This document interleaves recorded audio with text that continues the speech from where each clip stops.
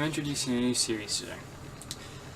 Before I introduce it, though, I wanted to give a disclaimer that I'm not intentionally making it similar to other channels or other series that others are doing.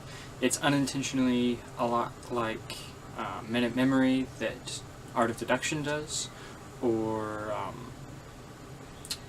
Ron White's channel. He does a whole channel dedicated to memory, and both of them are very good and very informative about the subject.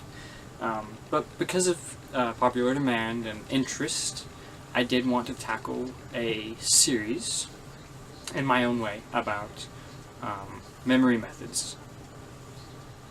And because of that, I'm introducing this series, still unnamed, where I'll be talking about different memory techniques. And due to popular demand and the recognizability of it, the first episode is going to be directed toward the Mind Palace technique. So, enjoy.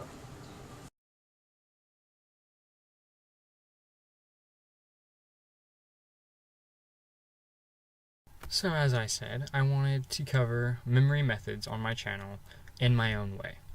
And in doing so, I will be teaching you how to learn the memory aids, train yourself to use them, and how to utilize them with deduction, how you can combine different memory techniques to work together.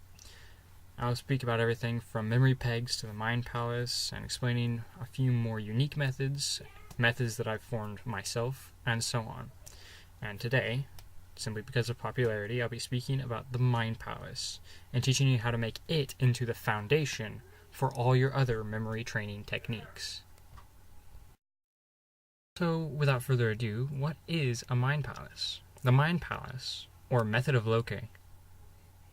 No, not that loci. We're actually talking about the Greek genius loci. This method was invented, or rather accidentally discovered, by a Greek poet named Simonides, who was trying to escape a disaster while in a house full of other dignitaries. He realized he could remember everyone's name well after the events, thanks in part to the locations they were positioned in during the hectic events.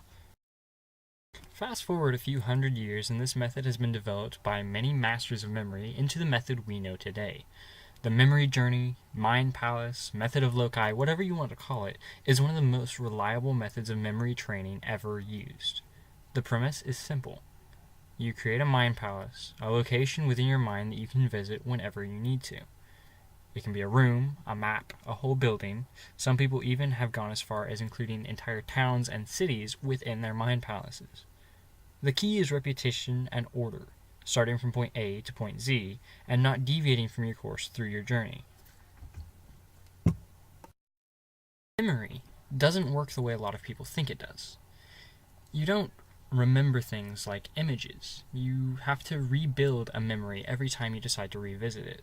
Therefore, that is why it is so important to remember things in a chronological, systematic order when you use your Mind Palace.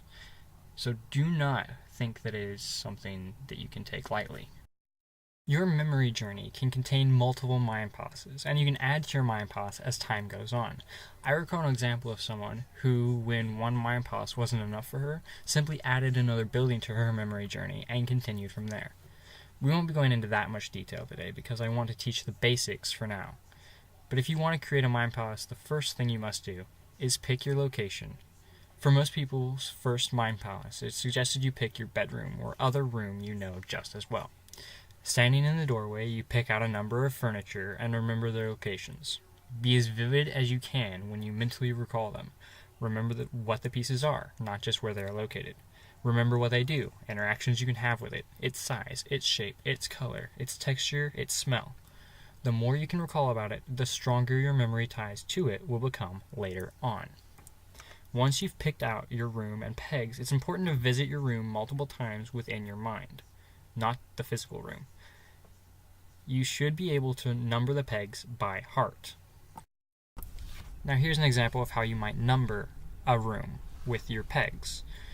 You could use the lamp, the couch, the curtains, the bookshelf, the fireplace, the mirror, the art, the other couch, the rug, the table. All of these items then become pegs where you go in and within your mind palace you store the images or your memories that you want to associate with the images. As you practice and your connections strengthen, you can begin to add more and more rooms until your mind palace consists of an entire home, building, or so on. Build on naturally and you will have a formidable memory palace in no time. It may be a benefit to draw a basic map of the palace, numbering the pegs as you go, so that you can consult with it for the first few tries, but you don't want to rely on a physical copy of the map. You will then come up with a pathway that you will take every time you use your mind palace. Never deviate from this and make sure that you can associate every peg to the pathway. I'm about to give you an example of my own mind palace now, so you can see how it might look.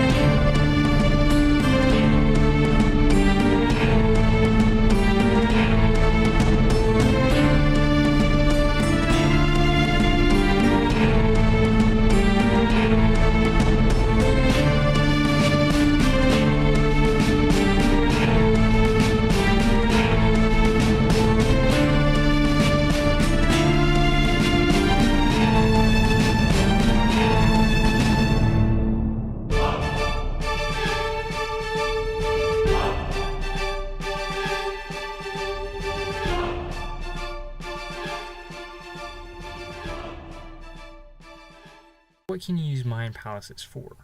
Everything from memorizing details, numbers, grocery lists, facts, trivia, passages from books. I even know a man who memorized an entire 30-minute long public speaking part using this method, and I proceeded to do so myself. In future installments, I will be showing you just how to go about adding other things to your mind palace. Until then, I want you to practice using your mind palace. Start with one room and build on from there. In the comments, tell me what you use for your mind palaces, rooms, pegs, and so on. Every couple of days, take a couple of minutes out of your day to sit down, close your eyes, and visit your mind palace to make sure everything is still in order. I'll see you next time.